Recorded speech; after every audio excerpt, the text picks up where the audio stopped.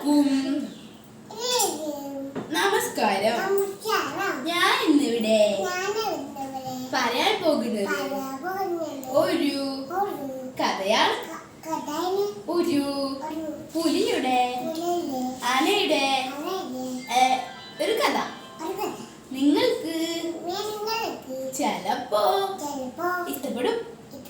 അതുകൊണ്ട് നിങ്ങളിത് നന്നായി കേൾക്കണം, ശ്രദ്ധിച്ച് കേൾക്കണം. ഞാൻ ചോദ്യങ്ങളൊക്കെ ചോദിക്കും.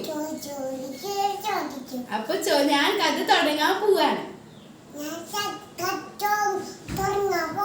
ഒരിക്കൽ ഒരു ആന നടന്നു പോകുന്നുണ്ടായിരുന്നു. അപ്പോൾ ഒരു പുലിനെ